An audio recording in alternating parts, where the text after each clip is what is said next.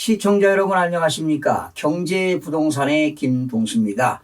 기준금리 인상과 대출 규제 강화로 주거비 부담이 커지는 가운데 전세 사기가 기승을 부리고 있습니다. 전 재산이나 다름없는 전세 보증금을 돌려받지 못해 가슴 아리를 하는 피해자가 나날이 증가하는 추세입니다.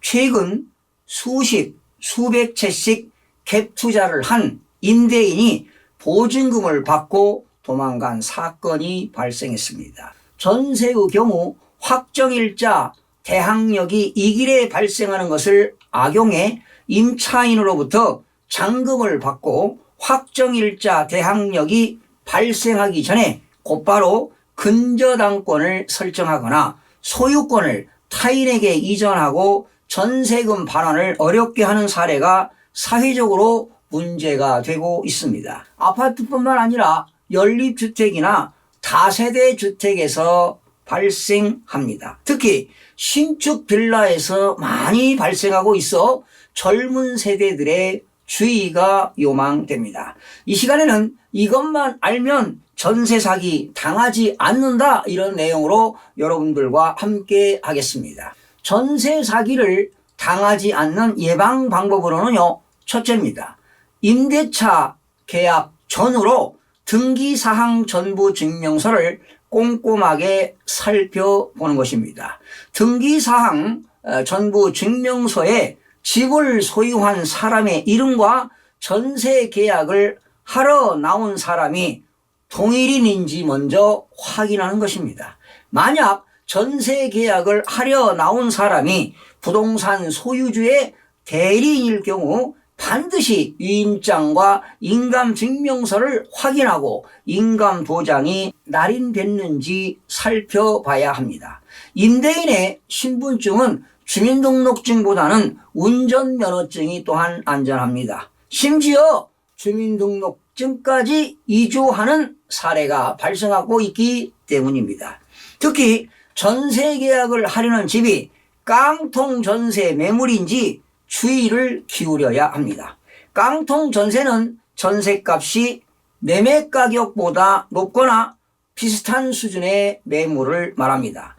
향후 매물의 가격이 전세값보다 낮아지면 돈이 부족한 임대인이 집을 팔아도 전세금을 모두 돌려주지 못할 가능성이 매우 높습니다. 임대인이 해당 주택을 담보로 받은 대출금액과 전세금을 합친 액수가 매매가가 비슷해도 여러분들이 특별히 주의해야 합니다. 또한 계약하기 전에 집주인들의 등기사항 전부 증명서를 확인해서 등기부 갑구에 압류라든가 그리고 가압류, 가등기, 가처분 등이 있는지도 확인해 보시기 바랍니다. 만약에 갑구 등기부에 압류라든가 가압류, 가등기, 가처분이 있다면 절대로 계약해서는 아니 됩니다. 또한 울구에 집주인이 근저당권을 설정하고 금융기관에서 돈을 빌려왔다면 채권 최고액이 얼마인지 확인해 보시기 바랍니다. 채권 최고액은 보통 빌린 돈의 120에서 130%에 해당합니다. 예를 들어 아파트 시세가 5억 원인데 근저당이 3억 6천만 원이 설정되어 있다면 빌린 돈은 3억 원일 겁니다. 이런 경우 전세 계약을 1억 5천만 원 이상으로 계약을 하게 되면 위험해질 수 있습니다. 만약에 근저당이 없다면 그 아파트 또는 빌라의 시세의 70% 내지 80%가 계약을 하게 되면 안전하다고 볼 수 있습니다. 만약에 시세의 90% 이상으로 계약을 체결한 후 아파트 가격이 떨어지게 되면 전세금 전부를 반환받기가 어렵습니다. 또한 계약 이후 잔금을 지급 시에도 등기사항 전부 증명서에 변동사항이 없는지 꼼꼼히 체크해 보시기 바랍니다.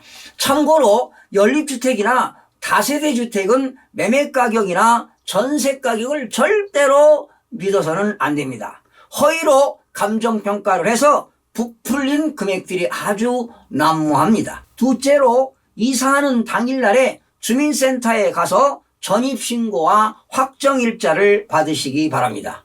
우리나라 주택임대차보호법에서는 여러분들이 임대차 계약, 유상계약을 체결하고 그 주택을 점유하고 전입신고를 하게 되면 대항 요건이 발생하고요. 그 대항 요건이 발생한 이 길 다음날 0시에 대항력이 발생합니다. 바로 대항력이라고 하는 것은 제3자에게 주장할 수 있는 힘을 말하는데요. 이렇게 대항 요건의 확정일자를 받게 되면 우선변제권 효력이 생깁니다.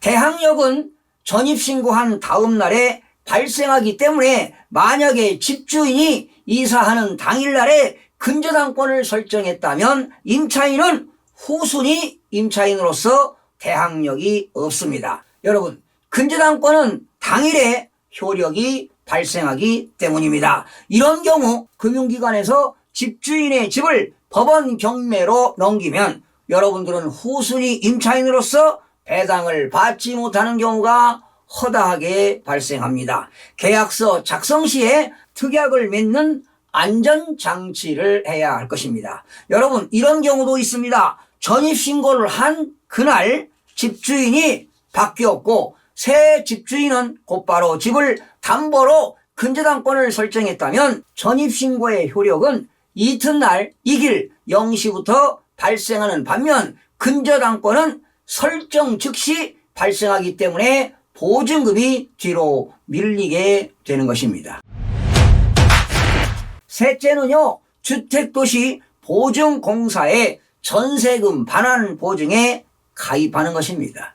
집주인이 보증금 반환을 해주지 않으면 주택도시 보증공사가 대신 세입자에게 보증금을 내주고 집주인에게 구상권을 행사하는 상품입니다. 만약에 집주인이 주택도시 보증공사에 다른 채무가 있다면 세입자는 전세금 반환 보증 가입을 거부당할 수도 있다는 것을 꼭 알아두시기 바랍니다. 그래서 여러분들은 안전장치로 임대차 계약서 작성 시 전세금 반환 보증 가입이 불가능할 때 계약금을 전액 돌려준다는 특약을 넣는 것도 좋은 방법입니다. 마지막으로 전세 보증금이 적절한지 시세를 알아보는 것도 좋습니다. 공인중개사 사무소를 돌며 발품을 파는 것도 필요하지만 국토교통부 실거래가 공개 시스템이나 한국부동산은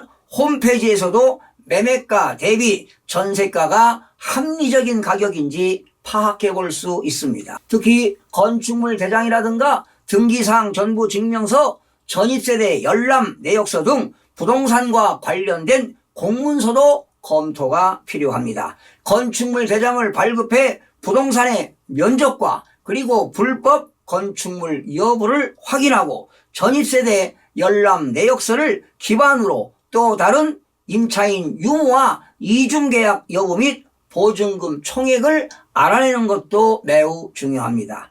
집주인에게 만약에 국세, 지방세, 납부증명서를 보여달라고 하는 것도 세입자의 권리입니다. 미납국세 열람 제도도 적극적으로 활용해야 합니다. 집주인의 동의서를 받아 소재지 관할 세무서를 방문하게 되면 체납된 세금 내역을 파악할 수가 있습니다. 주택도시보증공사에 따르면요, 지난해 접수된 전세 반환 보증 사고는 총 2,799건으로 사고 총액은 5,790억 원에 달했습니다.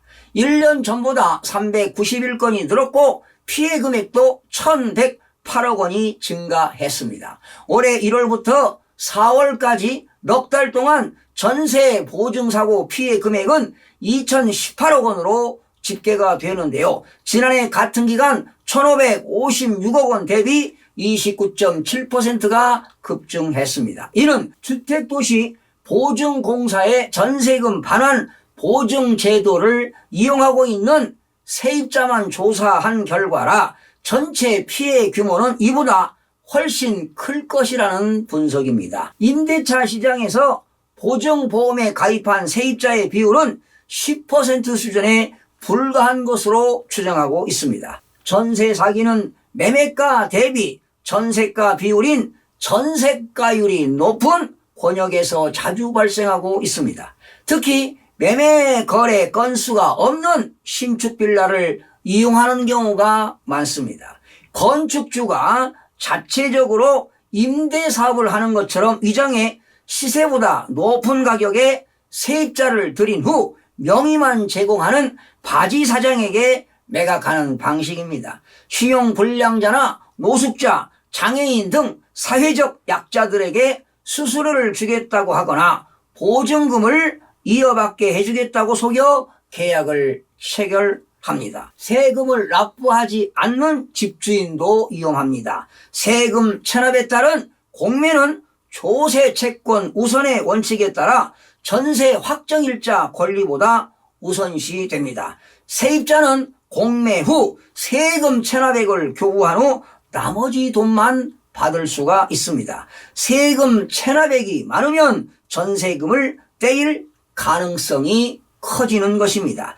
전세 계약을 맺기 전에 확인을 거듭하는 것이 최선입니다. 전세 사기를 당하지 않고 여러분들의 소중한 재산을 잘 지켜나가시길 바랍니다. 시청해주신 여러분 고맙습니다. 유익한 정보로 다음 시간에 찾아뵙겠습니다. 마음이 드셨다면 구독, 좋아요 꼭 부탁드리겠습니다. 고맙습니다.